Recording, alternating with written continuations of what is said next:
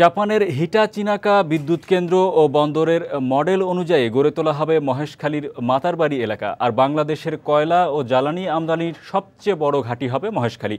নীতি নির্ধারকরা জানান, মাতারবাড়ি গভীর সমুদ্র বন্দরকে কাজে লাগিয়ে প্রায় 10,000 মেগাওয়াট বিদ্যুৎ উৎপাদনের পরিকল্পনা করা হচ্ছে। জাপানের হিটাচিনাকা কয়লা বিদ্যুৎ কেন্দ্র ও বন্দর ঘুরে এসে আবুল কালাম আজাদের 3 পর্বের ধারাবাহিকের আজ দেখুন শেষ পর্ব।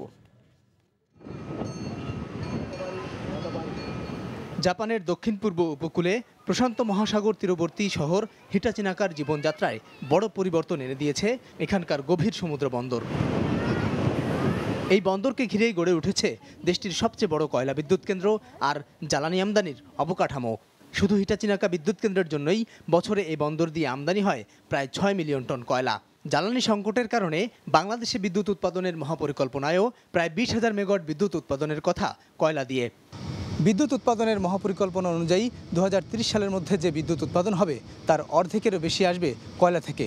কিন্তু যেহেতু নিজস্ব কয়লা উত্তোলনের কোনো সিদ্ধান্ত এখনও হয়নি, তাই আমদানি করা কয়লা দিয়েই এই চাহিদা মেটাতে হবে।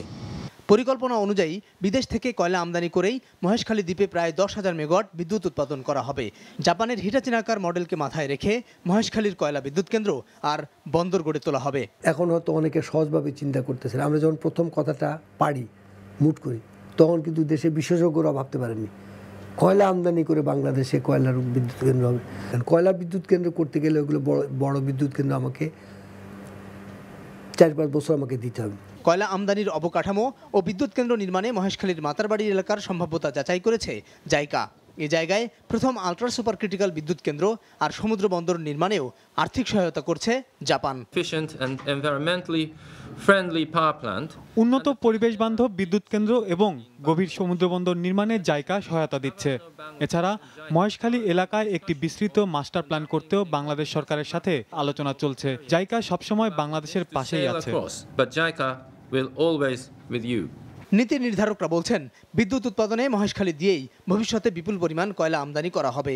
শুধু তাই নয়, মহেশখালীর মাতারবাড়ি এলাকা হবে বাংলাদেশের জ্বালানি আমদানির বৃহত্তম ঘাঁটি। আবুল কালাম আজাদ, সময় সংবাদ।